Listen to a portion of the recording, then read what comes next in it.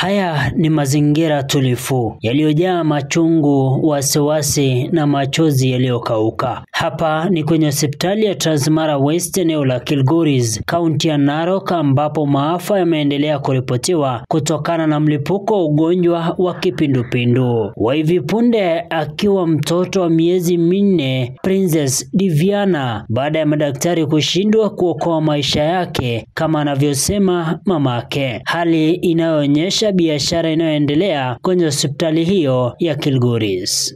Sasa akazidiwa baijana, nikaita daktari, akakuja akaangalia mtoto. Kumbe ile oxygen yenye aliekewa ilikuwa disconnected, lakini mimi sikujua.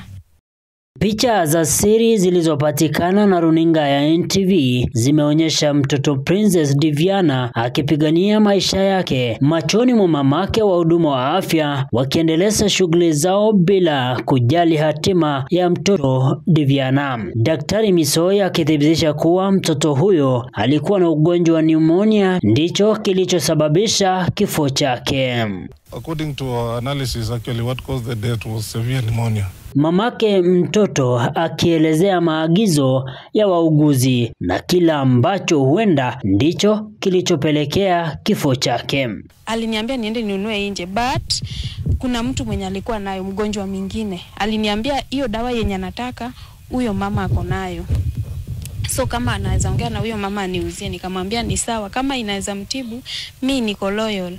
Nikanunua hiyo dawa, akamdunga hivyo. Kwingineko, kando ya mto Migingo unaoaminika kuchangia pakubwa kusambaza ugonjwa huo, majonzi yametanda kwa majirani wa Mary Nyaboke, mwathiriwa ambaye kifo chake kimekoleza machungu na wasiwasi kati ya majirani na wanajamii. Tunaambiwa tuende chote huko kwa kisima, na huko ikafika usiku hiyo mlango ikafungwa.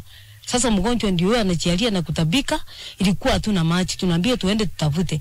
Ikapiti asubuhi yake tukakuja hapa, ngakuja ngabeba maji ile moto ya kunawa mikono, kwa sababu tulikuwa tunamchunga watu watatu. Mwingine sasa hata kama mtoto mdogo, watoto wadogo ukienda kwa ile room yenyewe mzee ile mwenda saka alikuwa pale, unapata watoto wadogo wanahesambukiza, so hakuna chochote chenye inaweza kuwa control. Serikali ya kaunti ya Narok imeeleza hatua yake ya kukabili kusambaa kwa ugonjwa wa kipindupindu, ikiwemo kukifunga kichinjio. And we are doing everything that we can to make sure that those places that we think are not observing the right things, they will be closed completely in the entire town. John Lebunge, NTV, Kilgoris.